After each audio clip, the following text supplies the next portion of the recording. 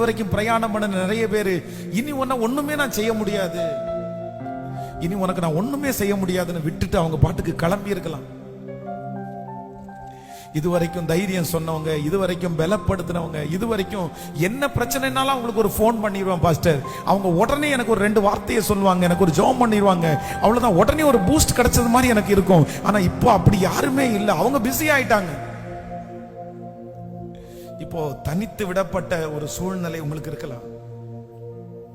என்னுடைய மனைவி எனக்கு சொல்லி சொல்லி சலிச்சிட்டாங்க, என்னுடைய கணவனார் எனக்கு சொல்லி சொல்லி சலிச்சிட்டாங்க. நிறைய பேர் இப்ப என்ன பார்த்து சொல்றதுக்கு சலிக்கிறாங்க. உன்னை எத்தனை நாள் தான் உனக்கு சொல்றது, ஒரு எத்தனை நாள் தான் தைரியமா இருன்னு சொல்றது. யாரோ ஒருத்தர் என்னால முடியல பாஸ்டர். ஆனா ஆண்டவர் இன்றைக்கு இந்த உபவாச ஜெபத்துல கர்த்தர் உங்களோட பேசுகிறார். மகளே, உனக்கு வேற யாரும் வேண்டியதில்லை, மகனே உனக்கு வேற யாரும் வேண்டியதில்லை. நான் உனக்குள்ள ஒரு பவரை வைப்பேன், உனக்குள்ள ஒரு ஆவியை நான் வைப்பேன், உனக்குள்ள ஒரு பெரிய தைரியத்தை வைப்பேன். நீ உன் ஆத்மாவை பார்த்து பேசுவ, நீ உன் சரீரத்தை பார்த்து பேசுவ, நீ உன் பிரச்சனையை பார்த்து பேசுவ, உனக்கு இருக்கிற சூழ்நிலையை பார்த்து இனி யாருமே உன்னோட பேச வேண்டாம், நீ பேசுவ. அந்த ஆவியானுடைய வல்லமை ஊற்றப்படும்படியாக எல்லாரும் அப்படியே கரங்களை தட்டி அந்த மகிமை எனக்கு வேணும்னு